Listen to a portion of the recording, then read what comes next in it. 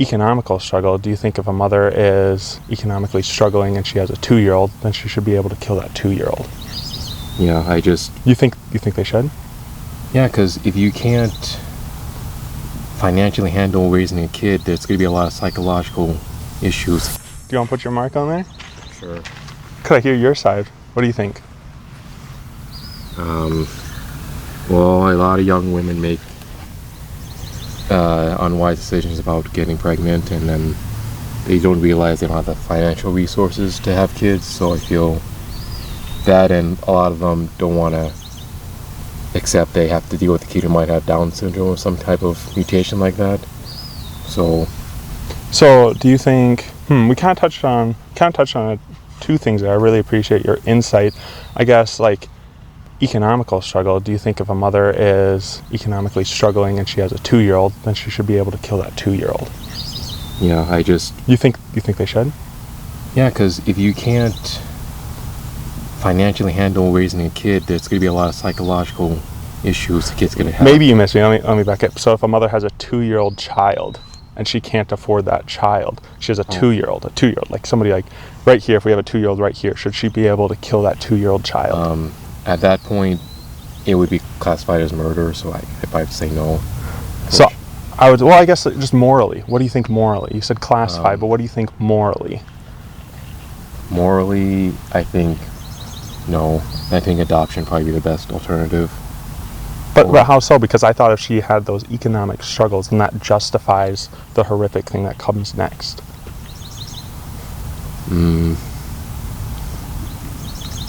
I would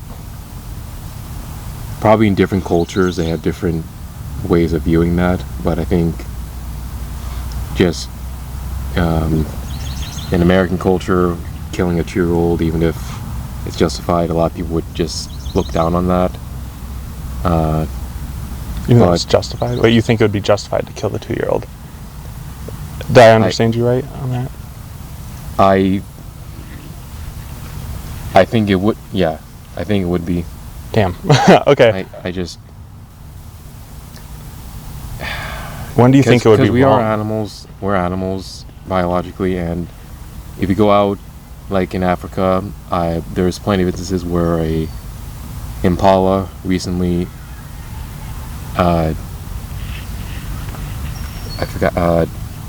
just gave birth to her baby, and there's probably a jaguar coming to try to attack them, and often the impala will leave her baby just to die, and get eaten alive. Are you implying that that's wrong? Because I would say that's wrong. I think it's just natural.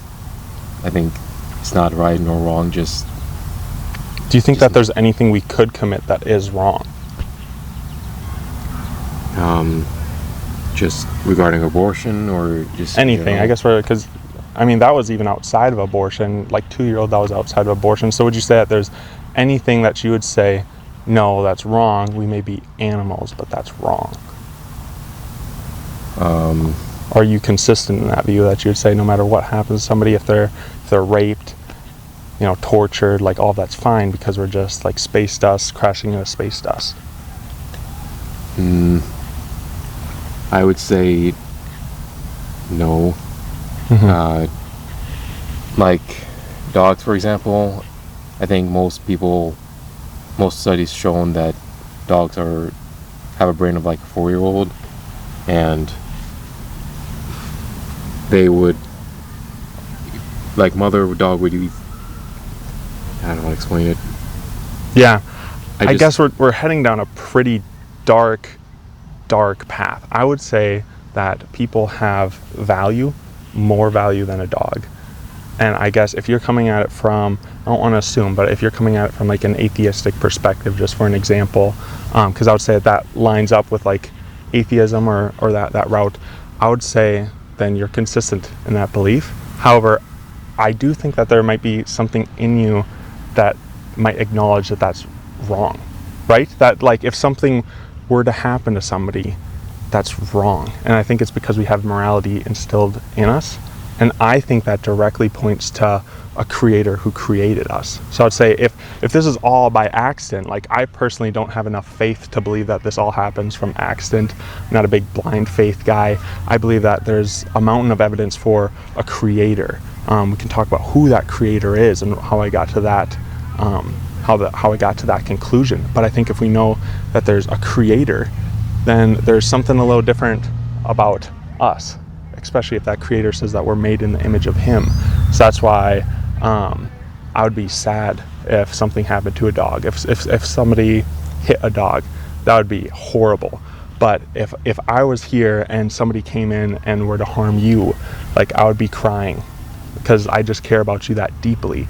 And I think that's why you're valuable, because you were designed meticulously and you're put here for a purpose. And that purpose is to know your creator.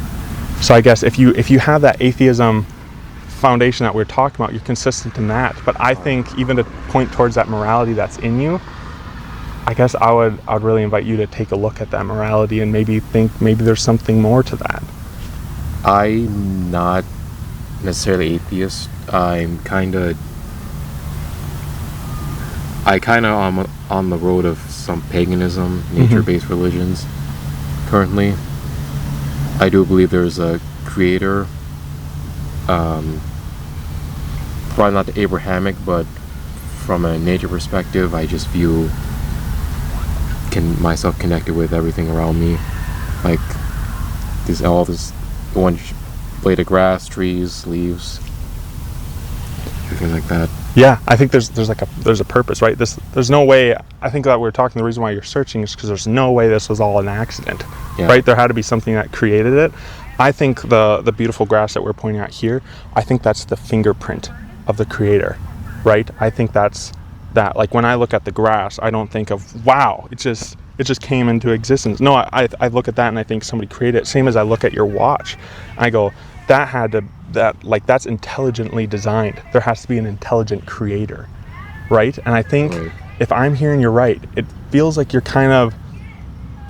acknowledging that there might be something more there, right? And here's the thing. I don't know if you've had bad experiences with Christianity. I know a lot of people have, and depending on it, like I stand with you to mourn how awful some of those things are if that happened to you. But I don't want that to take away from that God that loves you. And in fact, I think we have so much evidence to prove that he is real. Like, I encourage you to question it just because I have that much confidence in it. So I would never ever look down on somebody for questioning those things. And in fact, I applaud you for questioning those things. And I think just since you're on, like I said, I don't want to paint you as something you're not, but it looks like you're kind of looking for that something more.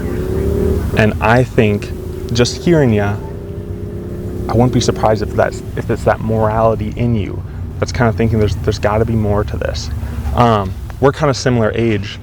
I don't know if you struggle with kind of searching for purpose sometimes. You don't have to answer if you don't feel comfortable, but I do. Yeah. It's getting more real, heavier. Yeah. Because since I'm recently out of school and all I've really been doing is working full time at my job here, just learning more about everything and developing myself as a person is becoming more of my own responsibility. It's a big step, isn't it? Kind of stepping into a different arena, almost like. I kind of relied on school and like my group of people who are similar to me, but now that I'm out of college, I don't have that luxury anymore. Yeah. Like the job I work at now, it's the first one where many people I work with are at different stages in their lives, and it's not just the same linear people. So it's kind of searching for that purpose then. Yeah. Yeah, it's kind of like a lost feeling. Yeah. No, I've struggled with that a lot, and I think one thing that's brought me clarity is realizing my purpose, and that's to know the creator. And I don't want it to seem like I'm pushing you on that aspect in the sense of like being unfair about it and keep jamming it on you, but honestly, it would be pretty unloving if I believed that you have a purpose and I didn't show you that. Would you say that's true? Like if I believed there's like a cure for you or something that can kind of help you work through it, and I held that back, man, that would be like, you would really have to hate somebody to do that. And I just really want to emphasize that, like listen, we're talking about abortion, we're talking about all these things. If I made a great argument and everything and you missed my heart behind it, I would go home counting that as a loss. Like, I really want you to see my heart behind it, and that the reason why I'm out here, the reason why I'm going into this part of the conversation is because I truly care about you. And I know you kind of, like, you were kind of talking about some of those questions that you had. I really don't want it to overwhelm you with stuff, if that makes sense. So we have cards, we have bracelets. If you want, there's a section on the card. If you scan it, it's like a QR code. There's a contact us button. If you get home, if it's a week from now, a month from now, year from now, if you think, man, I really wish I would have pushed them on this spot, or I have new questions, like, I'm here for you, man. So you can reach out to us. We're here to talk, even just on a deeper level than abortion. It could be on anything, even if you just need to talk. Okay. We're here. But what was your name again? Dylan. I'm Elijah. I'll shake your hand. I really appreciate you coming out here. Like I said, he has those cards, but feel free to reach out, man. And then we'll be praying for you, buddy. But I won't hold you up. Like I said, any questions, feel free. I'm Elijah again, but appreciate you, man. All right. See you. Have a good one.